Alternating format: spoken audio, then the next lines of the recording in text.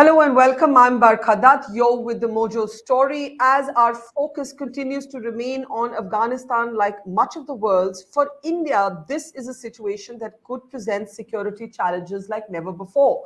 In particular, the consequences of a Taliban takeover for Kashmir, the Kashmir Valley. Let's bring up our big story today as we look at how the Taliban and its takeover in Kabul may impact the Kashmir situation. Now, India is on alert as the Taliban takes charge. Our embassy, of course, has been evacuated with diplomats, soldiers, and the media coming home. But questions remain over whether Pakistan's leverage in Afghanistan could mean new trouble for Kashmir. ANI is reporting that the Taliban is describing Kashmir as an internal and bilateral issue. But this is according to unnamed sources, and we do not yet have an official articulation from the Taliban on where it in fact stands on the issue. The concerns in India are about Pakistan, which has long funded and patronized the Taliban, now puppeteering the Taliban to its own advantage. Remember, the Taliban remains enmeshed with an entire network of terror groups, including the Al-Qaeda and the ISIS. The concern specifically is whether a pan-Islamist Pakistan project for Kashmir will gain new strength and new energy from the Taliban being in charge in Kabul. As we look at the consequences for Kashmir, let's introduce our guests on this program today. We're joined first by Radha Kumar. Radha Kumar is a political analyst who has also in the past been an government-appointed interlocutor for Jammu and Kashmir when it was still a state, now a union territory. We're also joined by Major General S.C. Meston, who has served as a defense attaché in Afghanistan at the Indian Embassy. Thank you, General.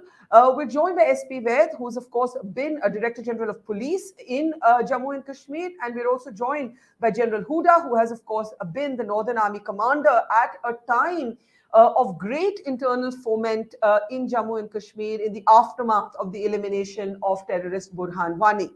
I'll start with you, General Hooda. We have this sort of ambiguous statement attributed to the Taliban describing Kashmir to be a bilateral and internal issue, a clarification apparently offered to government officials that have not been named.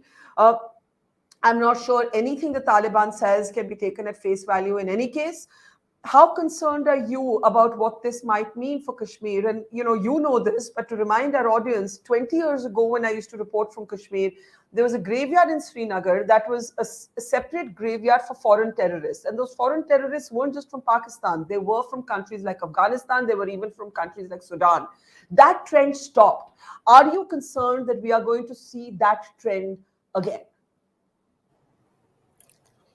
So, Barkha, thank you for inviting me into your program. Surely, the situation in Afghanistan is going to have some kind of fallout internally in Jammu and Kashmir. But I don't think we are going to go back to what we were seeing, as you mentioned, in the early to late 90s. If I have to summarize the situation and its impact on Jammu and Kashmir, let me say this, Barkha, that I do see this as a morale booster for groups, Kashmir-based groups and Kashmir-centric groups like the Jaish, like the Lashkar-e-Toiba, indeed some pan-Islamist groups. We know they have camps and presence in Afghanistan, and that is likely to continue. I think they will use this victory, to attempt to increase their recruitment in Jammu and Kashmir. Also within Pakistan, whether they will be able to actually physically be able to destabilize the security situation in Jammu and Kashmir is highly doubtful. I don't think that will happen, and I say that for 2-3 reasons. But very quickly, firstly, I think Pakistan in the short term is going to focus on the Afghanistan border. I mean, they have serious challenges on the Afghan border, spillover of extremism, spillover of refugees. So I don't see them, attempting to sort of take the fight to India by increasing infiltration at this time. Similarly, the Taliban, while we can't sort of, believe everything they say, at least for the next few months, I think they'll be internally focused on Afghanistan. After all, they're going to have to set up a system of governance. They have to govern the country. So I don't see that happening. So at worst, what I see Barkha has some increase in recruitment possible, some encouragement among the terrorists in Kashmir to increase their attacks on the security forces. I don't think it is going to be enough to really You don't uh, see this as a new completely over. opportunity for the Pakistanis in particular, General Hooda. You don't see an advantage for Pakistan in terms of now asking the Taliban for payback for all the years that the Taliban has been fostered and groomed and funded in Quetta. And two, there are sections of the Taliban like the Haqqani network that do have well-established terror networks. So why are you sanguine about Pakistan's intent on this, General Hooda? No, so surely they will ask the Taliban and some payback, but that will happen in Afghanistan, Barkha. They'll attempt to reduce whatever influence that India has in Afghanistan. I think that's where their focus is. I'm saying I don't see them suddenly attempting to up the ante, say in Jammu and Kashmir, by attempting to increase the infiltration, etc. I think they'll be focused much more on. I mean, after all, whatever has happened in Afghanistan is also going to be closely watched in Pakistan for the impact that it could have in Pakistan. After all, the TTP is also aligned to some extent with the Taliban, and so will that spillover come into Pakistan's borders? So I don't see an immediate sort of pushback from Pakistan to try and up the ante against India. Well, I hope you're right, and let me take this to Mr. Vaid, who has been the DGP of Jammu and Kashmir, and I've been reading your comments, sir, and you're not as optimistic as General Hooda. You do see a kind of return to the past. You've even spoken about the possibility of another 9/11 being plotted from Afghanistan. You've also spoken about a direct consequence for the Kashmir Valley. Go ahead, Mr. Vaid.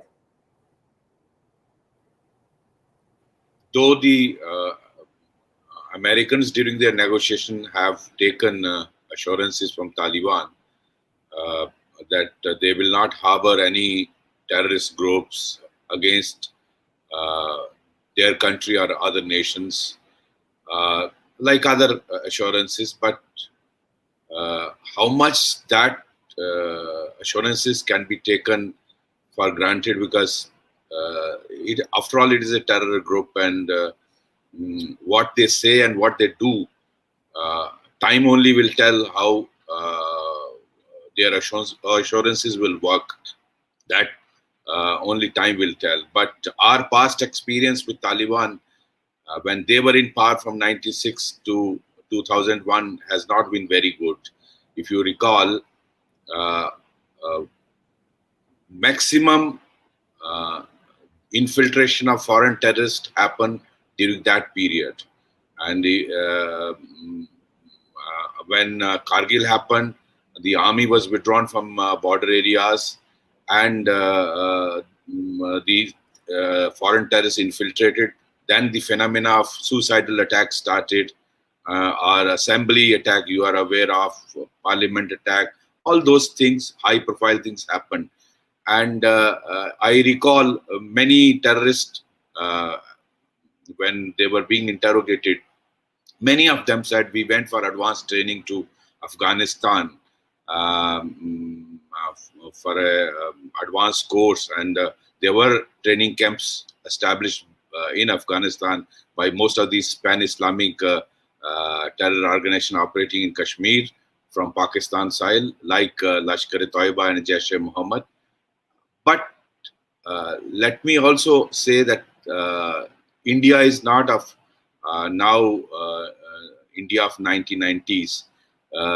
Certain things have changed. Today's army and today's security grid is not of 90s. So that difference on the ground has come. Your international border and the LOC, it's not of the 1990s. Today, it is completely fenced. It has been fortified with surveillance equipment and so many other electronic gadgets. So things have changed. But I agree with General Hooda. Initially, they will have their own problems in Afghanistan. After all, their first priority would be Afghanistan. What is required to be watched is how ISI uses. After all, Taliban is creation of ISI, and they wield a lot of influence on Taliban. And how ISI uses them to effect our part of India and Kashmir. See whether this gives an alibi to Pakistan to change or shift some of the training centers from Pakistan to Afghanistan, because you all know how much under pressure Pakistan is because of FATF. And you know, but the counter, Mr. Vaid, has been, I was just interviewing William Dalrymple, who's authored a book on Afghanistan, and he said that although the Taliban has been groomed by the Pakistan, not all sections of the Taliban like the ISI. And a strong Taliban may seek to assert independence indeed of the ISI. And I want to get Major General Meston into this, because having served sir, in Kabul, you know, you've had an on-ground sense that the Taliban, it is suggested, is not a monolith. That doesn't change the fact that it has been a terror group, or it has certainly been in bed with a whole host of terror groups. How would you respond to the two very differing perspectives we've heard from General Hooda and SP Vaid? Go ahead, sir. Barkha, good evening. Thank you for inviting me. My take is as follows. Firstly, let's start with the Pakistan aim. What is the aim of the Pakistan army? The Pakistan aims flows out of its national concern, and its only one concern is that it cannot be, it is threatened by a strong India and a strong Pakistan, Afghanistan on its either side. That is the national concern, and therefore to meet its national aim or strategy, their aim is to weaken Afghanistan and weaken India, and to that extent they have been very successful in weakening Afghanistan, and that they have done by all these actions. Plus they have divided the Pashtuns, because Pashtuns, if they get united, they will raise the issue of Durand Line. So Pakistan has achieved tremendous success on this account in Afghanistan. Coming on to India, they did it earlier also. They interfered in Kashmir. They started in Punjab also, and after that it fizzled out because of bold actions by the Indian army. And of late, even drug trade has started quite a bit in Punjab, so that is on. Now, if this is the Pakistan aim to weaken Afghanistan and India, how do they do it? On one front, they have achieved. Now, their next front is India. Now, what is happening on ground? On ground, what has happened is that as on date, I am giving you the latest inputs, that some cadres have already started concentrating in Helmand and Kandahar, and some cadres are also now in the eastern Afghanistan, in the areas of Jalalabad and Nuristan, etc. That is point one. Point two is, what Pakistan is likely to do is that they are going to first and foremost, likely, and not likely, I feel they will do it, they would like to relocate the camps from North Waziristan, FATA area to Afghanistan. Advantage, tomorrow anything happens in the world, blame is not going to come on Pakistan, blame is going to come on Afghanistan, the way it was done in the Kandahar hijacking case, the Air India, Indian Airlines flight when it was hijacked. Right. So that is point number two. Now is indoctrination. See, we have to see, firstly, what happens now. Let any government come, whether Amrullah Saleh is trying or Mullah Baradar Taliban takes over with some kind of an inclusive government. What happens to these 75,000 fighters? Do they get reintegrated into the Afghan National Army? My answer is perhaps no. Reason being, who will fund them? Who's going to fund the ANA? Not even, I think, the Americans. They don't have the budget. Then you are aware that recently so many prisoners have been released. Yes. These prisoners are available. Next is foreign fighters. Foreign fighters today number anything to the tune of 4,000 to 6,000. What are these foreign fighters going to do? So the fact of the matter is that terrorists are available. Now, what can they do? Probably they get diverted to Central Asian republics or towards China or towards India. So I think one That's of a the very most likely important options point is you've raised. Yeah, sorry, complete your point, because you've raised a very important point about a kind of spare sort of army, as it were, of terrorists. General Meston, and I do want very briefly, General Hooda, if you'd like to respond with one sentence to that, welcoming Khalid Shah to the program as well, and I need to go to Radha. So just a brief interjection from you, something we haven't spoken about, this surplus, as Major General Meston says, of men available, armed weapons. By the way, the White House has now confirmed that American weapons are now in Taliban hands. General Hooda? So, Barkha, frankly speaking, I mean, was there a shortage of terrorists in Pakistan? Of Lashkar and of Jaish Muhammad? Was there any shortage of the number of recruits that they had? It wasn't. It's just that uh, would Pakistan sort of risk a larger conflict with India by increasing the scale of infiltration to such an extent that India is forced to respond? And secondly, as Mr. Vaid has pointed out, the border is no longer the border of the 90s. I mean, it's extremely, extremely strongly held. And so uh, to assume that suddenly, 1,000, 2,000 people will start infiltrating across the line of control, I think is just impossible for those kind of numbers to get inside. Okay, let me just bring in Radha and Khalid, and then we'll go around the panel again. Radha, your interlocutor's report never even made it to Parliament. Today, as has been said, it's a very different India, but it's a very different India in many ways. You're looking also at a Kashmir where the special status no longer exists. You're looking at a Kashmir where the political process has only just begun to pick up the pieces after that 2-year period that saw many mainstream leaders also in detention. Now you have the Taliban next door. Your concerns or thoughts at this point? Well, I would say that all the concerns that have been voiced on this program thus far are legitimate and should be taken extremely seriously. I think that what General Hooda was pointing to is that you might still have a little time to try to prepare for any possible infiltration or new training camps and so on. There is no doubt, of course, that groups like the LET and the Jaish will be much emboldened by this. But what I would argue is that this then is the time for you to accelerate a political process in Jammu and Kashmir. Some ground was broken in June, but there has been little follow-up. And the Prime Minister did announce that there will be elections in Jammu and Kashmir, but we have to hope then that those elections will be sooner rather than later, and that they ideally should happen after statehood is restored. Again, another promise that was made and is yet to be fulfilled. So I would say, yes, you need certainly a worst case scenario. That is always a useful thing when it comes to preparation. You also need to look at how you can create a best case scenario. And on that, sadly, I have to say that most of our policy analysts or policy makers tend not to focus sufficiently on how you can create a best case scenario.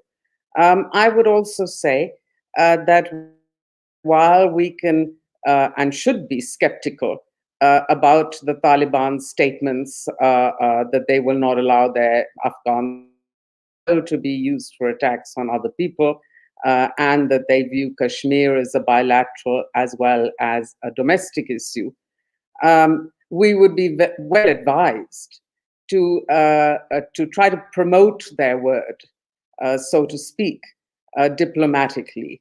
And that, again, is something that it's not clear to me is happening yet, but it should happen. I would also add that while we think about Kashmir, let us not forget our own commitments to Afghans. And I say that because, remember, this is also part of messaging.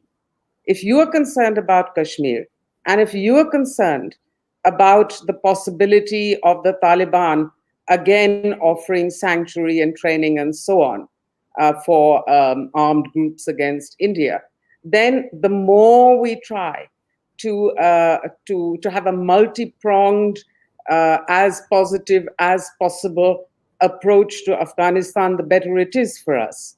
We're Okay. talking Okay. about Let an me just. unfolding Right. humanitarian crisis. We need to open our doors. We need to offer aid, at least for humanitarian purposes.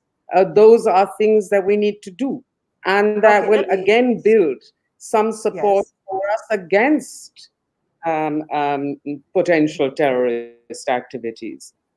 Okay, so I think the argument that at least all of you seem to agree that there is time. You may disagree on what the extent of the consequences may be. Khalid, as a strategic affairs analyst, but also as a Kashmiri, and a young Kashmiri, one of the things that we have spoken about in the past is a kind of greater Islamization uh, of what perhaps once was not so seen through the prism of religion.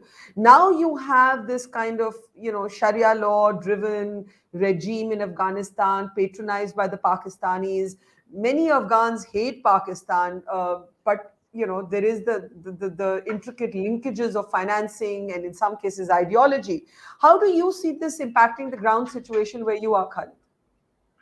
Firstly, I think, Barkha, there's going to be a great psychological impact of what's happened in Afghanistan. And we are already seeing conversations in Srinagar, in Kashmir. I was recently traveling to various parts of Kashmir, and already people are talking about a Taliban victory and how Taliban could be coming to Jammu and Kashmir and what effect it would have. So people are already considering that as a possibility that might happen. And there is a widespread sentiment which seems to be in favor of Taliban, where people are acceptable to their ideas and ideology. That's one. The second thing is that this also gives a bit of a credence to the jihadist movement, which is like people are seeing that this kind of jihadist movement can get your political or various kinds of objectives to come to the fruition. And this is very important in the context of August 5th, how the political system and the democratic institutions were delegitimized in Jammu and Kashmir, how we are still not sure when elections will be held, and most importantly, how our political system was delegitimized by the actions that happened on August 5th. So I think right now, the kind of alienation that is there among the people, particularly the youth, I feel that the situation is ripe for manipulation from across the border. And we have to also understand that Pakistan has now one free front to deal with. They don't have to worry much about Afghanistan anymore. They can focus their energies on Jammu and Kashmir. Recently, I was in conversation with an officer of Jammu and Kashmir Police. I asked him, "Why do you see less militancy in Kashmir? Is it because you have gotten better at your job, or is it because Pakistan is keeping it at a very low, level?" So I think the answer to your question really comes from whether it is Pakistan which is keeping it at a low level, or whether we have gotten so good at it since 2016 that we can control the situation. The answer to that, I believe, is very clear, that Pakistan is willfully wanting to keep a very low level of insurgency or militancy in Kashmir, to keep it under the radar. And this has got to do with the geopolitical situation, the FATF, the pressure from the Western powers, and so on and so forth. Will that pressure really continue? That will really determine Okay, the let future me get of. responses to what you've said. You are clearly talking about an emboldened extremist sort of perspective on the ground in the Kashmir Valley, especially in the absence of other institutions that have taken root and gained strength. Mr. Vaid, let me ask you to respond to this. I think Khalid is pointing out that people are expecting or talking about a kind of Taliban presence in Kashmir. It doesn't matter what they expect. It matters what happens, right? Some things are just at the level of rhetoric. What do you expect or apprehend could happen, SP Vaid? There is no doubt about what Khalid said is absolutely true. There is a lot of discussion in Valley amongst the people of Kashmir, and it has a psychological impact. We all agree on that, and morale of the terrorist organizations all across. My only apprehension is Afghanistan should not become the Islamic Emirate of terror, and it should not see. Look at the evil axis which is coming up. China, Pakistan, we already knew one is sponsoring terror, the other is doing expansionist agenda, and now Taliban. So this definitely becomes a challenge for India. But in Kashmir, yes, we need to go for political restoration of political rights of the people. And I think the sooner we get the report of the delimitation commission, and elections should be held so that people have at least access to the people in authority for redressal of their grievances. Today, whatever good governance you may be providing in governance rule, a common man doesn't have access to a bureaucrat. So if there is elected MLA, people's grievances get looked after. Small things which affect their daily life. But we all agree, because of what happened on 5th of August, there is a section of people in Kashmir who are definitely alienated and aggrieved. So we need to take care of that. So Kashmir Valley, this is about the internal part. But as I said, borders, I don't see much of danger from the border. The Indian Army and the BSF. Do you see increased violence? Do you see increased? Do you see a hark back to the sort of 90s and the early 2000s when suicide bomb attacks were quite the norm? Do you see that happening, Mr. Vaid? That possibility remains, but time only will tell how things work out. General Hooda, you are at the moment the most optimistic among us in this conversation. I personally think that there are going to be grave consequences. I take your point that there's going to be distraction. The Taliban has to manage a country. We don't know what shape and form the government is going to take. But, we have seen Kashmir, maybe the political process has not taken as deep roots as we want to, but we had come out of that shadow of the suicide bomb years. And now it looks like, of course, Pulwama happened, but I mean like as a norm. I also remember those years when it was almost a norm, almost like a weekly or a monthly event. Go ahead, General Hooda. So, Barkha, alienation exists. I think there is no doubt about that, at least in the Kashmir Valley. And what Khalid is pointing out, I also said in my opening remarks that, this is going to be like a morale booster. And people are going to say, see, here is this, group which has defeated one sort of superpower. I also mentioned that you could see, this being used as an excuse for increased recruitment and for attempting to, increase some attacks against the security forces. I don't see the situation where suicide bombing is going to become a norm. But the conditions were completely different. The flow of men and material from across the border was huge. So I'm not ruling out one or two spectacular strikes as you had Pulwama. That possibility always exists. But, this becoming the norm, or that, there's going to be a sudden destabilization of the situation. I frankly, with the security grid that is in place, the kind of intelligence that is flowing in, I don't see that happening. Having said that, I completely agree with what Ms. Radha Kumar said. Before the situation really, we allow it to fester and turn worse, it's time that we start addressing the whole political issue of Jammu and Kashmir more seriously. Because, that is the way to go forward, to make sure that the angst and alienation is addressed. There is an outreach to people. The political process starts, so that we don't allow the situation, to go to fester and sort of become worse. General Meston, what is your apprehension? You've spent some time on the ground in Kabul. Which direction do you think this Taliban will move in? And how do you respond to the argument that the Taliban is not a monolith? Not all of them are in bed with the ISI. Okay, Barkha, I totally agree with you that firstly, all are not in agreement with ISI. I had made contacts with the Afghan Taliban, and let me tell you, I came across many who were very, very keen to hit back at the ISI. So that is very, very clear what you have brought out. Now, coming on to our apprehensions, I generally agree with most of the speakers. I only highlighted in my earlier remark that what is the Pakistan aim? And it has no resources available. Now, where do they send these resources? How they utilize? It's a matter of time. One does not know whether they get, even the Americans could perhaps them to be diverted to Russia or maybe even to China, because for America the priority is China, but for Pakistan the priority is India. Whether it will happen, in what form it will happen, no one can predict. But yes, one thing I would like to say that as soldiers and as a nation, we need to be prepared. To that account, the deployment of Indian Army is excellent.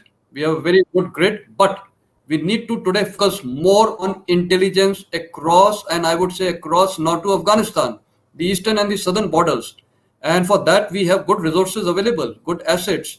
The NDS, the National Directorate of Security, who have been trained by the KGB, they are excellent in the network. We must start getting knowledge or information about when are these camps being relocated, what is happening in these Yeah. camps, what is their intent, what is their aim, and we need to start tracking these. So we have to have a very good intelligence system, and also side by side, once we are tracking them, and if they are trying to enter our borders, then I think the surveillance devices we have plenty. We can augment further.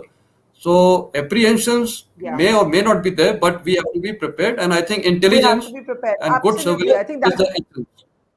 I think everybody would agree with that, but quickly from Khalid and Radha on the politics of it. What's the one thing that could happen immediately? Elections is something all of you have mentioned. Khalid, what else? Because let me here be the cynic, right? As someone who's also reported this story for more years than I can count, the people you need to carry along will not necessarily look at elections with optimism, Khalid. The guys you're talking about who are today emboldened by the victory of the Taliban are not the guys who can be quoted by the political process of Indian democracy. So isn't it a zero-sum game? Well, Barkha, there is always a huge section of the population which we know as fence sitters, and that's the kind of constituency you want to tap into. The kind of, after the all-party meeting, we were expecting a shift in the policy from New Delhi, but we haven't seen any changes on the ground. The proof of the pudding is in eating. Just yesterday, journalists were beaten to pulp in the streets of Lal Chowk, which doesn't give a good message to the people. The thing is that the iron fist approach that was brought in after August 5th continues. And if you have to really win the hearts and minds of the people, you have to ease out certain channels of dissent, be it political dissent, be it other forms of dissent. Elections will merely be seen as an event. We confuse elections as some kind of a magic wand. It won't be so. It will be as an event which will get you international audience and consumption and so on and so forth. Also, kind of move the political shift the mood of the people towards a political direction.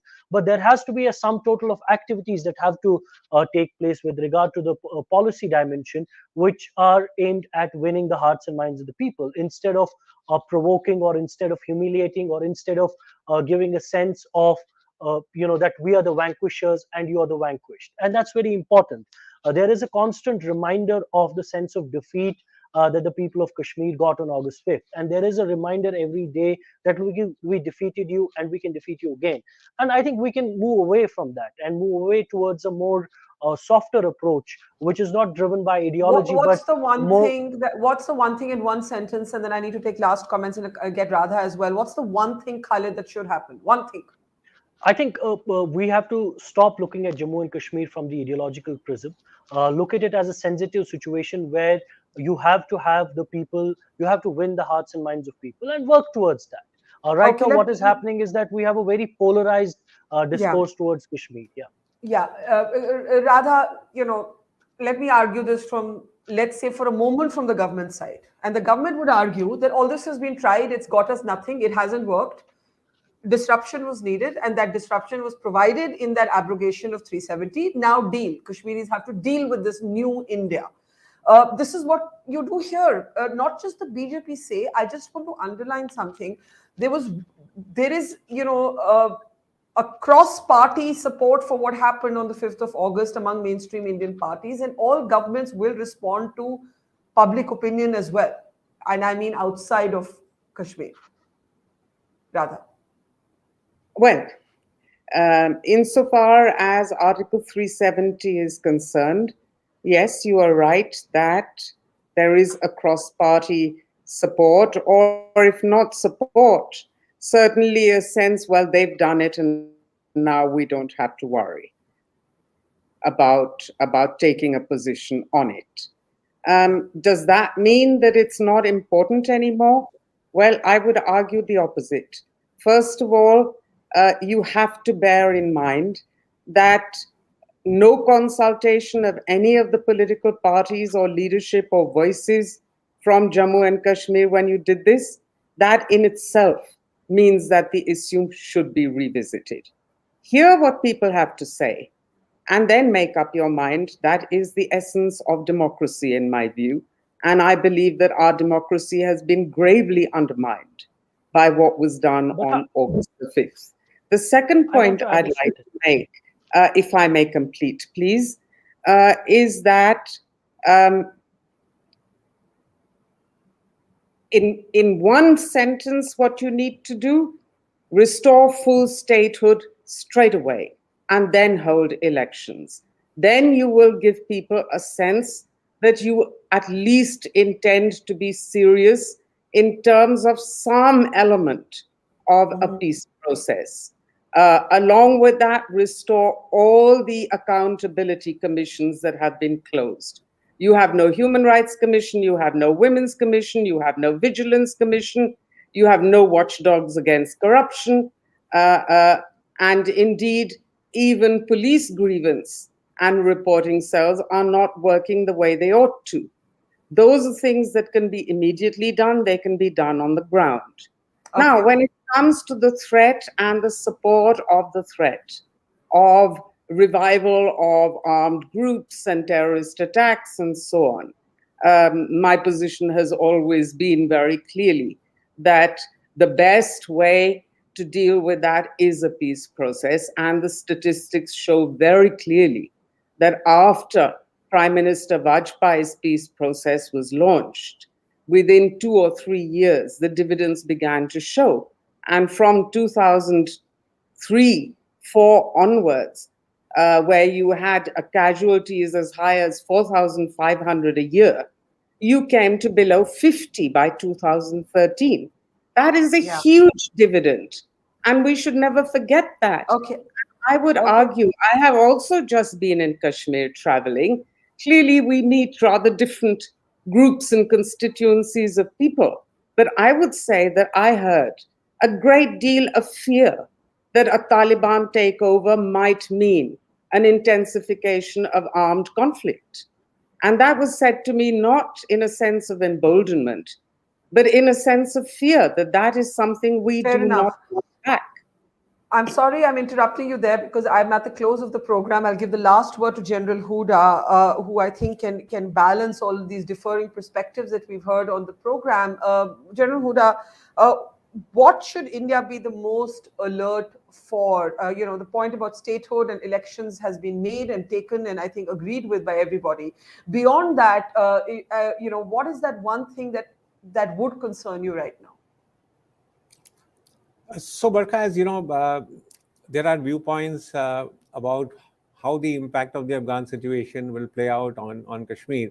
And they range, as you've said, from it could be very, very serious to something that possibly can be controlled. I think what this should lead us to, for the government to take action on ensuring that the impact is minimized. And the only way to do this, as Khalid and Radha and everybody is pointing out, is by a hearts and minds approach, by an outreach to the people, and to try and see that whatever is the fallout, whatever is the impact, somewhat is minimized by actions of the government. I'll end with that. But okay, we'll have to leave it there. It is a complex situation, and really, truly, I think Kashmir cannot afford, and I think that point is well taken, that there are many people outside of the very voluble hardliners who just dread the thought of any more conflict on the ground. And it is those people, at least, that we need to take along. If we can't the others, we leave it there. SP Vaid, General Hooda, Major General Meston, Khalid, Shah, Radha, Kumar, Thank you. And to our audience, we will continue our special focus on Afghanistan, the implications for India and South Asia as a whole. Thanks for watching. See you soon. Goodbye. It's great to see you here. Thank you for watching our work. If you haven't subscribed yet, don't forget to click the bell icon and subscribe to Mojo Story and support independent, robust journalism.